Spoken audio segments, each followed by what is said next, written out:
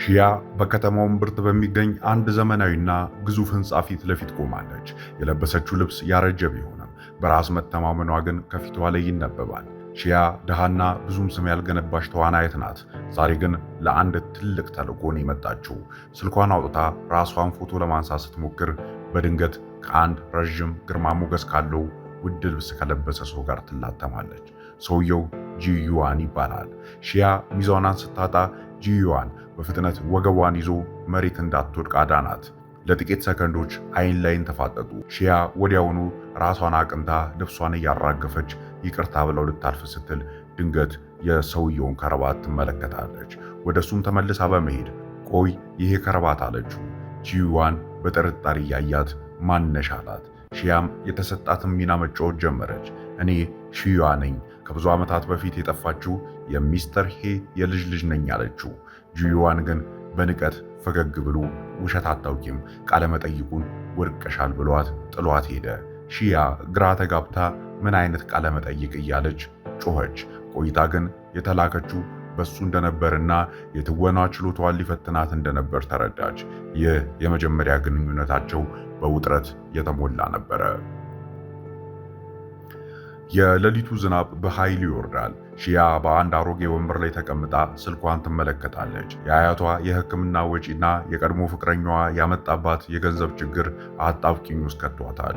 የቀድሞ ፍቅረኛዋ የአያቷን ቤት አስይዞ ገንዘቡን ስለበላው አያቷ ከሆስፒታል ሲወጡ የሚገቡበት ቤት የላቸውም። በዚህ ጭንቀት ውስጥ ሆና ስታለቅስ አንድ ጥቁር መኪና ከፊት ለፊቷ ይቆማል። ጂዋን ከመኪናው ወርዶ ዣንጥላውን አቀረበላት።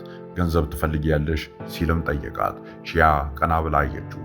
ጂዋን እንዲህ አላት፣ የሚስተር ሄ እውነተኛ የልጅ ልጅ መስለሽ ከኖርሽና አያቴን ካስደሰትሽ ሁሉንም የገንዘብ ችግርሽን እፈታለሁ፣ የአያትሽንም ቤት አስመልስልሻለሁ አላት።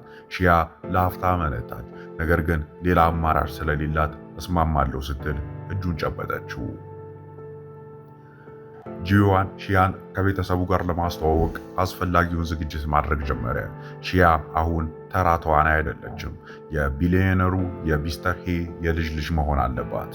በሚስተር ሄ መኖሪያ ቤት እጅግ ድንቅ የሆነ የራት ግብዣ ተዘጋጅቷል። ሺያ ሰማያዊ ቀለም ያለው ረዥም ቀሚስ ለብሳ ፀጉሯን ተሰርታ በደረጃው ላይ ስትወርድ የቤቱ እንግዶች ሁሉ ንግግራቸውን አቁመው ወደ እሷ ዞሩ። ጂዋን በአድናቆት ሲመለከታት ቆይቶ እጇን ይዞ ወደ አያቱ ወሰዳት። አያቱ ሚስተር ሄ በደስታ አይናቸው በእንባ ተሞልቶ ልጄ ሺያ ተመለሰችልኝ በማለት አቀፏት። ሺያ የጥፋተኝነት ስሜት ቢሰማትም አያቱን ላለማሳዘን ስትል አዎ አያቴ ተመልሻለሁ በማለት ሚናዋን በብቃት መወጣት ጀመረች። በዚህ መሃል አያት ድንገት ድምፃቸውን ከፍ አድርገው ዛሬ ሌላ ትልቅ የምስራች አለኝ፣ ሺያውና ጂዩዋን በቅርቡ ይጋባሉ ሲሉ ተናገሩ። ሺያ ደንግጣ ወደ ጂዩዋን አየች። እሱ ግን ምንም እንዳልተፈጠረ ፈገግ ይላል። እንግዶቹ ሲያጨበጭቡ ሺያ ጂዋንን ወደ ጎን ወስዳ ይህ በውላችን ውስጥ አልነበረም፣ ለምን አልነገርከኝም ስትል በሹክሹክታ ተቆጣች። ጂዋን ግን ይህ የአያቴ ፍላጎት ነው፣ እቅዱ እንዲሳካ ዝም ብለሽ ተውኝ አላት። ሺያ በሁኔታው ብትበሳጭም ወደ ኋላ መመለስ እንደማትችል ግን ተረድታለች። የቀድሞ ፍቅረኛዋ ሊን በድብቅ ወደ ቤቱ ግቢ ገብቶ ሺያን መንገድ ላይ ያገኛታል። ሺያ አንቺ ተዋናይ እንጂ የዚህ ቤት ልጅ እንዳልሆንሽ አውቃለሁ፣ ገንዘብ ካልሰጠሽኝ እውነቱን ለአያትየው እናገራለሁ ሲል አስፈራራት። ሺያ በድንጋጤ ልቧ መምታት ጀመረ። ጂዋን ድንገት ደርሶ ሊንን በመገፍተር ከዚህ ውጣ፣ ዳግመኛ እዚህ አካባቢ እንዳላይ አለው። ሊን ከሄደ በኋላ ሺያ በጂዋን ላይ እምነት አጣች።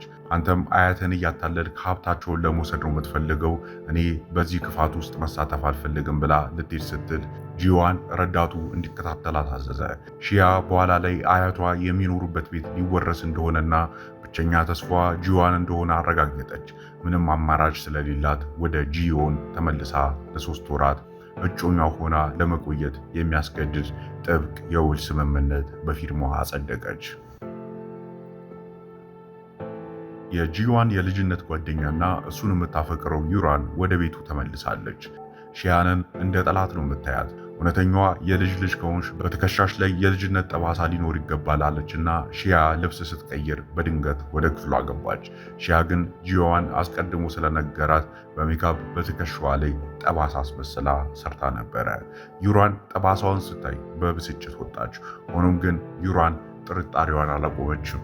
ሺያና ጂዋን ልብስ ለመለካት ወደ ሱቅ ሲሄዱ ዩራን ተከተለቻቸው። ሺያ እጅግ የሚያምር የሰርግ ልብስ ለብሳ ስትወጣ ጂዮን በፍቅር ተሸነፈ። ሺያ ግን ሆን ብላ ጫማዬን እንድታደርግልኝ እፈልጋለሁ በማለት ጂዋንን በሰዎች ፊት እንዲበረከክ በማድረግ ተበቀለችው። ጂዮን ግን ፈገግ ብሎ ጥያቄዋን ፈጸመ።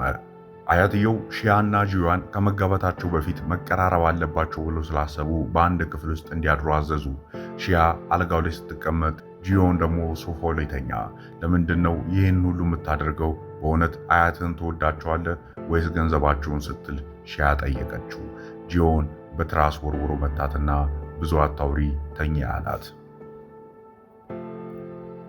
በሚቀጥለው ቀን ጠዋት ሺያ ቀድማ ነቃች። ጂዮን ተኝቶ እያለ በጣም ቆንጆ ሆኖ አገኘችው። ሳታስበው ስልኳን አውጥታ ፎቶ ማንሳት ጀመረች። ጂዮን በድንገት አይኑን ገልጦ አያት። ምን እያደረግሽ ነው ብሎም ጠየቃት። ሺያ ደንግጣ ምንም ዝም ብዬ ነው እያለች ስልኳን ደበቀች። ሁለቱም ተፋጠጡ። በክፍል ውስጥ ትልቅ የዝምታና የውጥረት ስሜት ሰፈነ።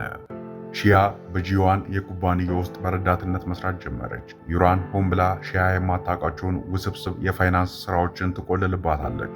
ተዋናይ ስለሆንሽ መስራት እንደማች ያውቃለሁ፣ ዝም ብለሽ ለምን አትሄጂም እያለች ስትሳለቅባት፣ ሺያ ግን ሌሊቱን ሙሉ ቢሮ አድራ ሰርታና አዲስ የሚገርም ፕሮጀክት ሀሳብ አቀረበች።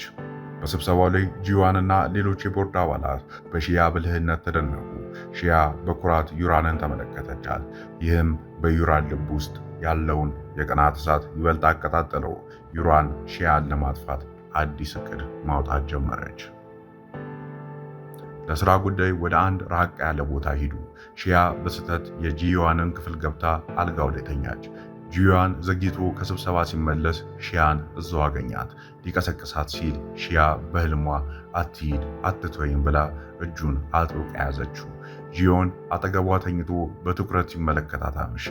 ሌሊት ላይ ሺያ ስትነቃ ጂዮን ፊቱ ከፊቷ ተቀራርቦ አገኘችው። ጂዮን በቀስታ ተጠግቶ ከንፈሯን ሳማት። ሺያ በድንጋጤ ብድግ ብላ ምን እያደረክ ነው? እኛ እኮ ውል ብቻ ነው ያለን ስትል ጮኸች። ጂዮንም ውሉን የጣልሽው አንቺ ነሽ፣ መጀመሪያ እጅን የያዝሽው አንቺ ነሽ አላት። ሺያ በንዴት ክፍሉን ለቃ ወጣች። ነገር ግን ልቧ በከፍተኛ ሁኔታ ይመታ ነበረ። ዩራን የሺያንና የአያትየውን የዲኤንኤ ናሙና በድብቅ ወስዳ ወደ ላብራቶሪ ላከች። ውጤቱ ሲመጣ ሺያ የልጅ ልጃቸው እንዳልሆነች አረጋገጠች። ወዲያውኑ ውጤቱን ይዛ አያትየው ሚስተር ሄ ወዳሉበት ሄደች። አያቴ ይህቺ ሴት አታላይ ነች፣ እውነተኛ የልጅ ልጅ አይደለችም ስትል ወረቀቱን ሰጠቻቸው። ሺያና ጂዩን በድንጋጤ ቆመው ቀሩ። አያትየው ወረቀቱን ካነበቡ በኋላ ዩራንን በጥፊ መቷት። ልጄን እንዴት ያታለሽ? ውጤቱ እኮ ተዘማጅ ነው የሚለው አሏት። ጂዮን አስቀድሞ በላብራቶሪ ውስጥ ያለውን ሰው በገንዘብ ገዝቶ ውጤቱን አስቀይሮት ነበር። ዩራን ተዋርዳ ከቤት ተባረረች። ሺያ ጂዋንን ለምን ይህን ያህል እንደረዳት ባይገባትም ለሱ ያላት ፍቅር ግን እያደገ መጥቷል። ዩራን አእምሮ አንስታ ነበር። እኔ ካልተደሰትኩ ማንም አይደሰትም እያለች መኪናዋን በፍጥነት እየነዳች ሺያና ጂዋን መንገድ ሲሻገሩ አየቻቸው። መኪናውን ወደ ሺያ አቅጣጫ አዞረች። ሺያን ልትገጫት ስትል ጂዋን ሺያ ራቂ ብሎ ጮሆና በኃይል ገፋት።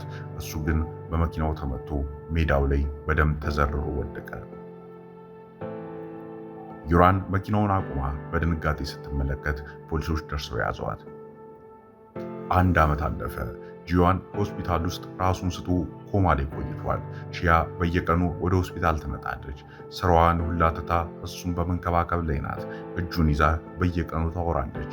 አያት በጣም ናፍቃቸዋል፣ እኔም ናፍቀኸኛል፣ እባክህ ተመለስ፣ የፈለግከውን ውል እፈርማለሁ እያለች ታለቅሳለች። አንድ ቀን ሺያ ለጂዩን አበባ ልታመጣ ወጣች። ስትመለስ ግን አልጋው ባዶ ነበረ። በድንጋጤ ጂዋን የት ነህ እያለች ስትሮጥ በመስኮቱ በኩል ቆሞ ወደ ውጪ ሲመለከት አገኘችው። ሺያ በደስታ እየሮጠች ሄዳ ከጀርባው አቀፈችው። ጂዩን ዞሮ ሺያን አያትና በጣም ብዙ አውርተሻል፣ እንቅልፍ ከለከልሽኝ አላት። ሺያ እየሳቀችና እያለቀሰች በጣም ነው የምወዳ አለችው። ጂዮን ወደሱ ተጠግቶ ሳማት። አያት ሚስተር ሄ የሁለቱን ጋብቻ በታላቅ ድግስ አከናወኑ። ሺያ አሁን ተዋናይ ብቻ ሳትሆን የዚህ ትልቅ ቤተሰብ እውነተኛ አባልና የጂዋን ሚስት ሆናለች። ዩራን በሰራችው ወንጀል ምክንያት በእስር ቤት ትገኛለች። ሺያና ጂዋን አብረው ሆነው ኩባንያውንና ቤተሰቡን በደስታ ማስተዳደር ጀመሩ። ታሪኩ በሁለቱም ዘላቂ ፍቅርና ደማቅ ሰርግ ተጠናቀቀ።